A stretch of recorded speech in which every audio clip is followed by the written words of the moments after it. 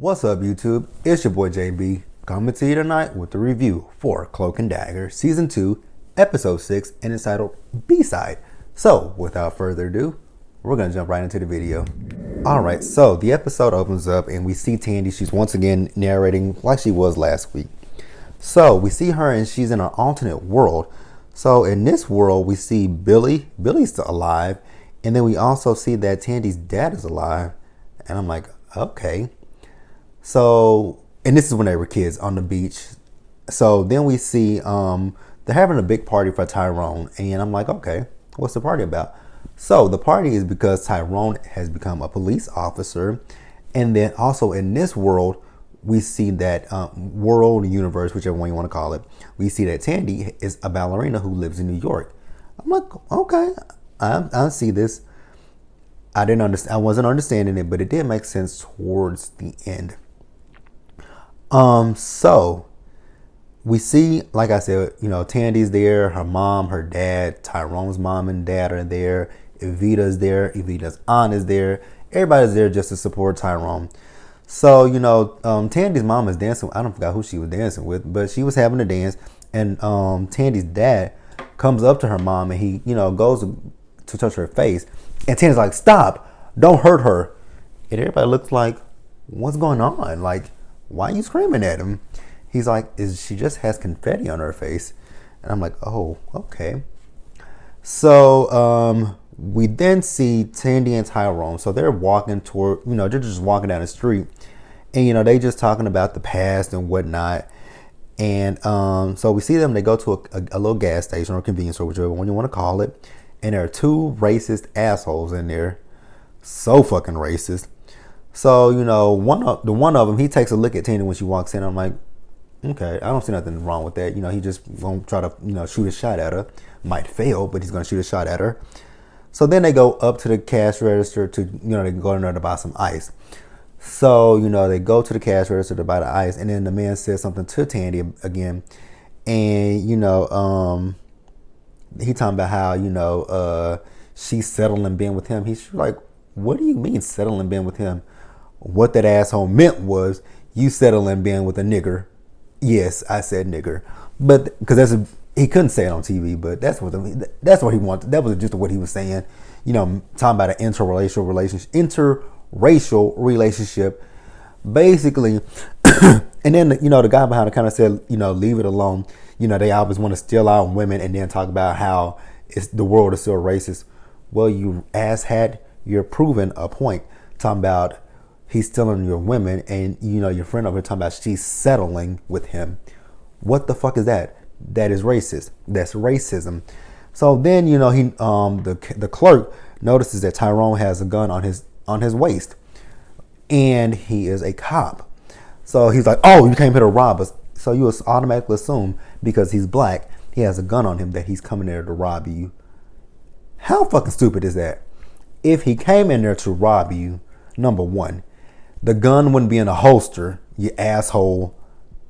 Like, I don't know what thief is going to walk into a store with a gun in a holster. They're going to conceal the gun so that you don't see it when they're trying to rob you. But he has it in a fucking holster.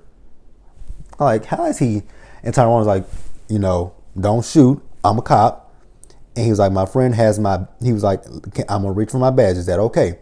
Don't shoot. And he was like, oh, he thinks about it. Oh, shit. Tandy has his badge. He's like, you know what? My friend has my badge. Can she get the badge so that she can prove that I'm a cop? So when he does, she's trying to, Tandy, starts to kind of shrink down a little bit. I'm like, why is she shrinking down? Is she afraid? So it startles the clerk and he starts to shoot.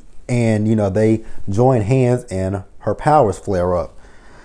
And she goes to another world where she is, an engineer for Roxxon. And I'm like, wait a minute, what's going on? Because her mom's talking about, her getting ready to go do some work for Roxxon. So, Roxxon is flying her around to fix their problems. So at one of the Roxxon plants, we see Tyrone. He works there.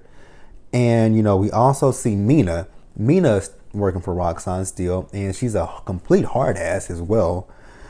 So we see that Tandy and Tyrone, they start to connect with one another.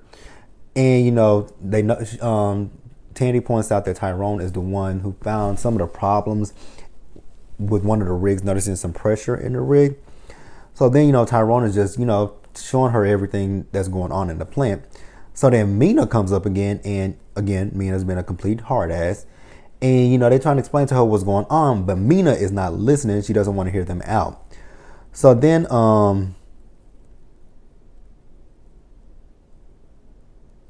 okay, so this scene kind of confused me for a minute because Tandy looked up in the ceiling or whatever he was in the sky, and she was like, "Who are you?" And Mina's like, "Girl, who the fuck are you talking to?" And so she uses her powers, and we see her, and she's in an ambulance, and this is present. This is real because she's in an ambulance, and she has her little boat in her hand, and Leah is there, and Leah just shoots her up. I'm like, bitch, what did you just put in her? Like, I just want to reach through my TV screen and just punch the fuck out of Leah, punch her, shake her, pull her hair, do whatever. I just want to knock the shit out of Leah because Leah pissed me off. Oh my God, Leah pissed me off. In the back of that, you're gonna shoot her up. Don't even know what you shooting her up with. Like, you bitch. All right, so then we see Tandy. She's in another alternate universe. So in this universe, she is on the streets, and she is, trying to get people to petition to save a, quote, what was the bird? A shorebird. And, she walks up to this guy. I don't know if we're supposed to know the guy, but, if we do know the guy, leave it in the comments who he is. But I do know that the girl was Michaela. I just don't know who was that guy supposed to be Michaela's boyfriend. I don't know, but so Tandy's flirting with him, and she's Michaela walks up and she's like, "Babe, what is going on?" And she's like, "Oh, nothing's going on. I'm just trying to get some petitions for the shorebirds." But she first started out by, "Sir, did you drop something out of your pocket?" "Oh no, I wasn't looking at your ass." It's like, "I didn't think you were." So then the guy, he signs a petition. So he signs the petition, he walks away. When he walks away, Tandy has the man's wallet. And, she starts to kind of, whoa, like something's wrong. And this is because whatever Leah is doing to her, it's affecting her. So then the man realizes, hey, that girl stole my damn wallet. Stop her. So he chases in behind her. And then we see her and she runs into an alley. And we see Tyrone. So Ty, he is he's breaking into a car and he's about to hotwire the car. So Tandy, runs up. She tells him, "Start the car up and let's go." He's like, "No, crazy white girl." And she basically threatened him by pulling a knife on him and like, "You gonna do what I say. Start this damn car up and let's get the hell out of Dodge." So, he starts the car up and they leave. So in this universe, it can be safe to say that Tandy is a drug addict because Tandy kept rubbing her arm. And, that's kind of a sign for someone who is addicted to heroin or anything that you have to just shoot up because, they always rub their arms. And, Tyrone picked up on that. He was talking about his brother, Billy. So then she starts to freak out. And again, she's freaking out because of the shit that fucking Leah is doing to her, bitch. Oh, God, I just wanted to punch the fuck out of her. Whew. So in the car with Tyrone, they hear the sirens of the ambulance and the cop cars. So they are trying to they escape the police. So then we go back to the present where Tandy is knocked out in the ambulance, and we see Leah talking to someone, and that someone that Leah's talking to is fucking Andre. I'm like, you got to be shitting me. She's talking to Andre? No. So, we see in a record store, someone is playing records of Tandy's life.